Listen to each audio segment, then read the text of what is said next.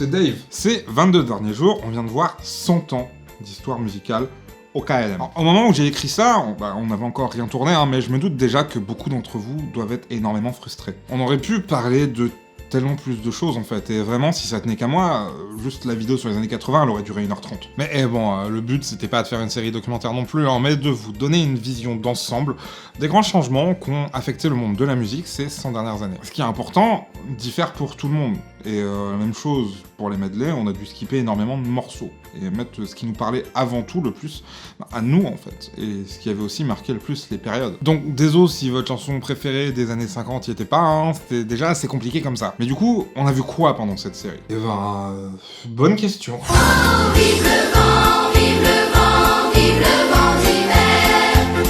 C'est ouf comme ça, aujourd'hui c'est juste ultra kitsch en fait. Il m'entraîne au bout de la nuit. L'air démon de minuit m'entraîne jusqu'à l'insomnie. Qui ça Ou même ça. Allez maintenant on y va, ces soirées-là, avant même qu'elles aient commencé, on est déjà dans l'ambiance et à peine entré sur la piste on lâche nos derniers pas, avec bien plus de style que Travolta. Alors qu'à l'époque c'était la hype de ouf, on était tous turbo saucés quand ça passait à la radio ou en soirée. Turbo saucé, exactement. C'est comme si on avait enfermé chaque période dans sa propre bulle et que si on essayait de l'en sortir, ça devenait automatiquement daté. Pourtant, les années 80 et 90 ont fait leur gros comeback pendant les années 2010, non? Alors, ça aussi, on en parle dans notre vidéo avec Vesper, hein, le lien est juste là ou là, je sais plus, et c'est pas tant que ces époques qui sont revenues que nos versions rêvaient du bail. Les années 80, c'est quand même plus ça.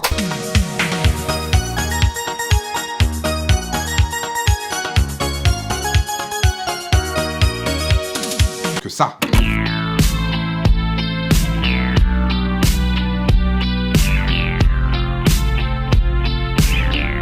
La musique de chaque époque est conditionnée par la période en elle-même, hein, par la mode, par les événements historiques qui sont déroulés. Est-ce que le rock aurait émergé à ce point si la jeunesse avait pas eu envie de se rebeller? Est-ce qu'un groupe comme Tattoo, aussi artificiel soit-il, aurait pu exister dans la Russie de Vladimir Poutine?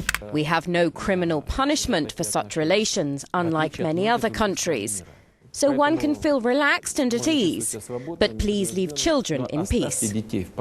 Chaque période a donné naissance à des genres musicaux qui au final étaient une réaction à ce qui se déroulait à un instant T. Est-ce qu'au final le disco c'est pas juste le résultat de la fin de la ségrégation aux États-Unis? Est-ce que les yéyés en France c'est pas une jeunesse des années 60 qui se tourne vers les États-Unis parce que les artistes de ses parents ne la fait plus rêver? Cette petite série laisse plein de questions en suspens, mais une chose est sûre, à son échelle, peu importe la volonté de l'auteur, la musique est politique. Si le hip-hop est le style qui se vend le plus aujourd'hui en France, peu importe ce que vous en pensiez, c'est peut-être en réponse à quelque chose de plus large. Ou peut-être que ce genre s'est plus largement éloigné de ses origines contestataires pour parler à un public plus large, comme le rock à l'époque en fait. Je sais pas vous, mais même si toutes ces vidéos étaient super courtes, perso, j'ai quand même appris pas mal de trucs. On a vu la Terre tourner un peu plus de 36 500 fois en l'espace de 23 jours, en partant d'une époque où l'électricité était pas encore dans tous les foyers, à aujourd'hui, où même les putains d'écouteurs sont sans fil. C'est ouf de se dire qu'à une époque, ça c'était de la musique de petits cons qui écoutent rien, et c'est pas ce que c'est la vraie musique, alors qu'aujourd'hui c'est considéré comme des classiques intemporels.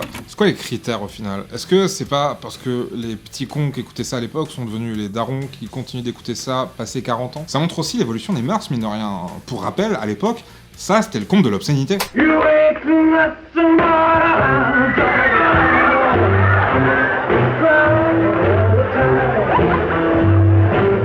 Alors que là, on est juste dans un clip normal d'aujourd'hui. Hein.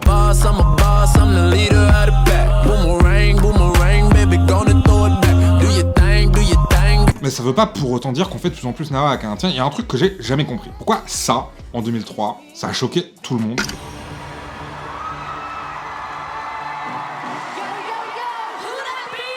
Alors que ça, en 2002, il y avait genre aucun souci.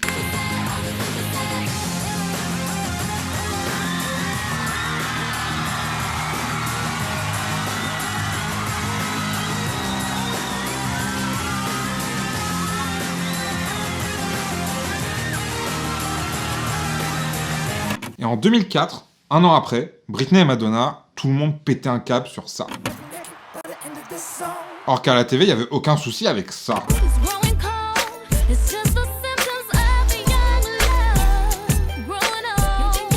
Mais justement, Internet a permis à de nouvelles voix de se faire entendre. Dans la vidéo sur les années 70, on a vu que le disco était le premier mouvement culturel où ont aussi pu se retrouver les communautés LGBT.